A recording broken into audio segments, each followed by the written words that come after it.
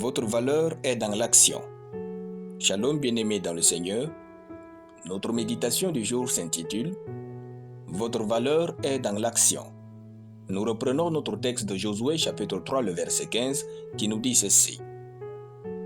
Quand les sacrificateurs qui portaient l'arche furent arrivés au Jourdain et que leurs pieds se furent mouillés au bord de l'eau, le Jourdain regorge par-dessus toutes ses rives tout le temps de la moisson. Alléluia. Frères, votre valeur est dans l'action. Tant que vous ne passez pas à l'action, vous n'avez aucun pouvoir pour prouver votre valeur. Les grands hommes posent des grandes actions, alors agissez. Sachez aussi que, tant que vous ne passez pas à l'action, le faux témoignage sera toujours plus important que vous et votre réputation. Frères, vous ne savez pas qui parle de bien et de mal sur vous.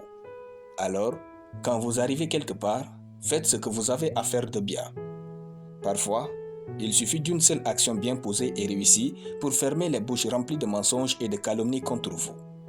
Vous ne pouvez pas tout régler dans la prière. Agissez aussi.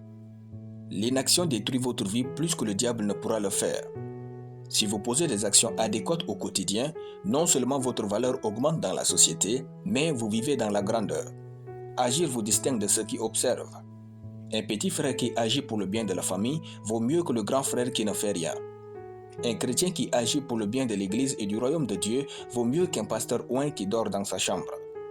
Votre grandeur ne viendra pas de votre position, mais de vos grandes actions. Les grandes actions font des grands hommes et des petites actions font des petits hommes. Agir révèle votre valeur dans ce monde. Agir révèle votre grandeur dans ce monde. L'Ecclésiaste dit « Un chien vivant vaut mieux qu'un lion mort, parce que la grandeur ne se trouve pas dans la forme, mais dans nos actions. » Vos mauvaises expériences d'hier sont en vérité impuissantes si seulement vous commencez à poser des actions adéquates pour la vie que vous désirez. Il y a des douleurs dans la vie qui vont disparaître seulement au milieu de vos actions extraordinaires. Par exemple, Ruth ne s'est pas laissée abattre par la mort de son mari, fils de Naomi. Elle a cherché à poser des actions adéquates pour vivre sa vie et elle s'est établie dans sa destinée. D'ailleurs, c'est la seule qui a obtenu le mariage dans la Bible sans le jeûne et la prière. Si nous agissons bien, à chaque fois que nous en avons l'occasion, nos vies seront bien plus meilleures que nos prières.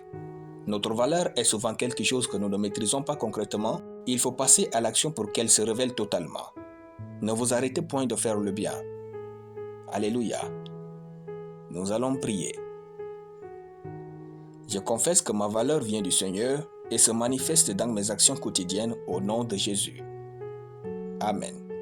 La lecture biblique en une année, Daniel chapitre 9 à Daniel chapitre 10.